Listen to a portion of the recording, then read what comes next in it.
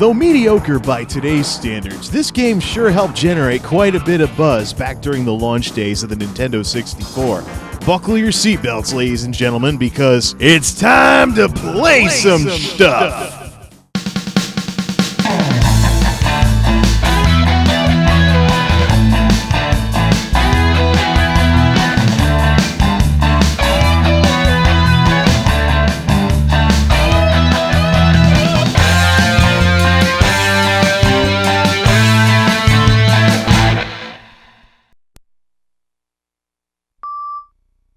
This was the screen that kicked off my days as a Nintendo 64 gamer on Christmas Day of 1997. I received the system for Christmas, but my response wasn't as explosive as the Nintendo 64 kids. Still, the N64, in its early days at least, was definitely the box you wanted to have in your living room if you didn't already have a PlayStation. Cruis'n USA is an extremely iconic game for me. It's the first game that I ever owned for the Nintendo 64, and it was also the first game I ever played for the Nintendo 64. I actually played this before the Nintendo 64 was even in stores, because this is one of the games that Nintendo had out in coin-op form in partnership with the various folks like Midway and Williams to generate buzz for what was then called the Nintendo Ultra 64. It's your basic arcade driver game with individual tracks you can unlock when you beat them, as well as a random selection mode and Cruise the USA, which is the main game. You get to pick between automatic and manual transmission, and you got 4 cars to choose from. A 70s car, a 40s car, something that kind of looks like a Porsche, and something that kind of looks like a Ferrari. Additionally, if you hold down 3 of the 4 camera buttons, you can pick a police car, a school bus, or a Jeep, which are the 3 secret cars.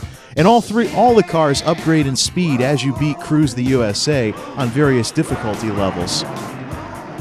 For this video, though, I'm going to use the car that originally got me made fun of back when I played this game for the first time ever in coin-op form at a local minor league ballpark.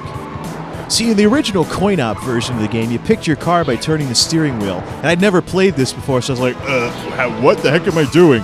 And I picked this car, and some kid across the room started laughing at it. What are you doing with that stupid 70s car? Pick the Ferrari! Yeah, well, all these years later, here I am again with that stupid 70s car.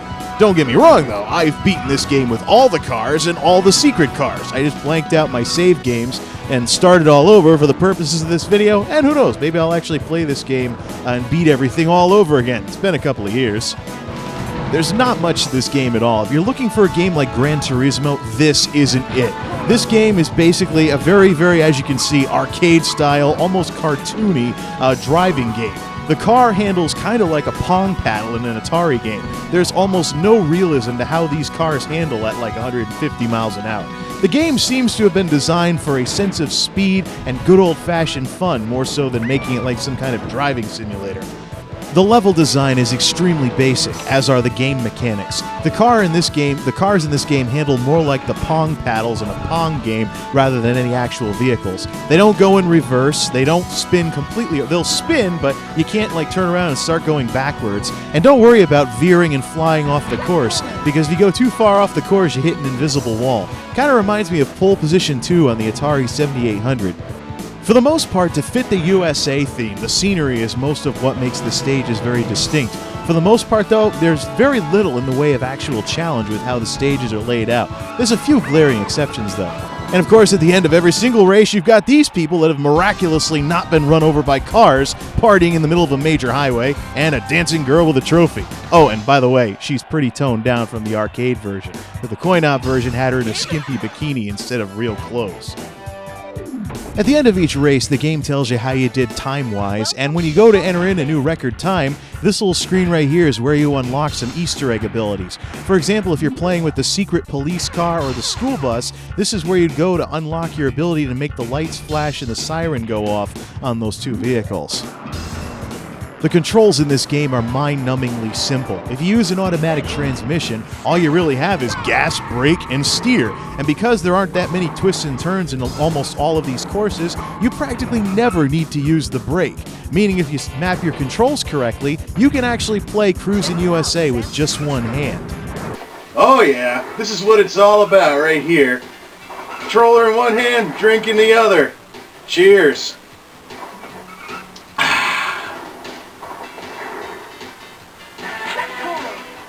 Other than advertising the Nintendo Ultra 64 in the arcades at the time and being one of the most beer-friendly games ever made, there really isn't too much else good that can be said about this game. Audio-wise, the game's middle of the road. The sampled sound effects are pretty decent, the music is cleverly disguised MIDI consisting of some surf tracks, some attempt at keyboard rock and roll or something like that, and that god-awful house special track that I couldn't stand then or now, which is why you're not hearing much of it in this video. Usually when I played this game, I either had it on Bluegrass Boogie or I just turned the music off and listened to the sounds. Probably the single biggest problem with this game, though, is that it is an arcade port, and as such, it's not as fun to play on a home console as it is in a coin-op machine with a steering wheel, pedals, a gear shift, more realistic sounds and music. You know, that experience just isn't replicated as well by a little black box, a 13-inch color TV, and an analog stick. To be fair, though, Cruis'n USA wasn't the only game I've seen fall victim to this. Just a few years later, I saw the exact same thing with 18-wheeler American Pro Trucker on the Dreamcast. I love the coin-op version, but every single review of the game's home version was given mediocre scores because, like I've said here, the experience just isn't the same from going from a custom cabinet to a console. The Cruis'n series kept right on chugging along, though. The coin-op version of this game was all over the place. There was also Cruis'n World and Cruis'n Exotica. I played Cruis'n World on the N64 before, and it was, well, you know, just kind of like this game, but with a few minor changes here and there, as well as some other courses. And Cruis'n Exotica played the coin-op version. The experience is very similar to this game. Basically, you pick your stage, or you try to race through everything, and all that really changes is the sights and sounds. That's not too bad of a thing, though, because a lot of these early Nintendo 64 games doubled as tech demos for the system, showing exactly what the Nintendo 64 hardware was capable of.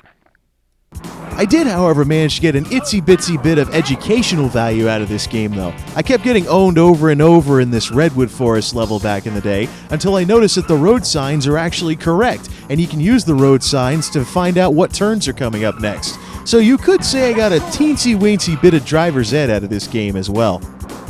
The difficulty of this game is relatively uniform, with some glaring exceptions like this Chicago tunnel. Oh, how I hated this Chicago tunnel back in the day. This is the kind of difficulty in the game that should have been at the end of Cruise the USA, not smack dab in the middle of it on the Chicago stage. Man, I hated this tunnel. Why the heck am I showing it? Let's move on to something that doesn't bring back so many bad memories of endless crashing into cars, crashing head-on into trucks, school buses, or even those darn columns.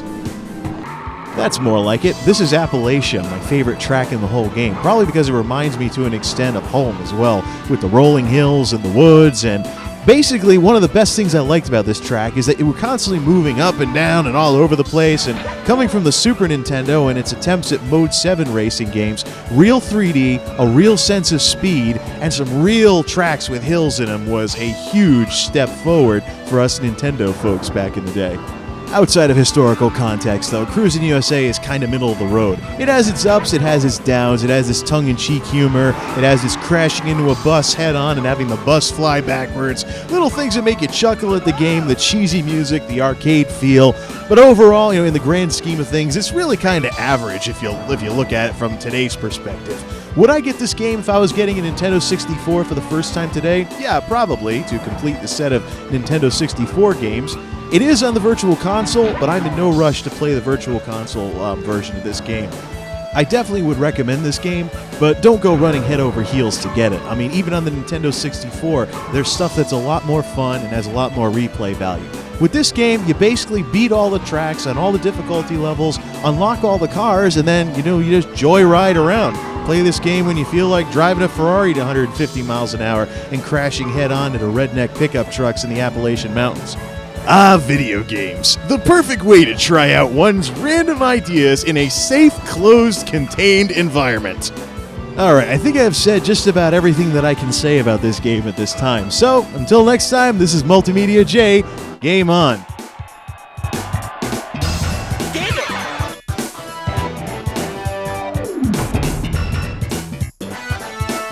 Welcome to the Hall of Fame.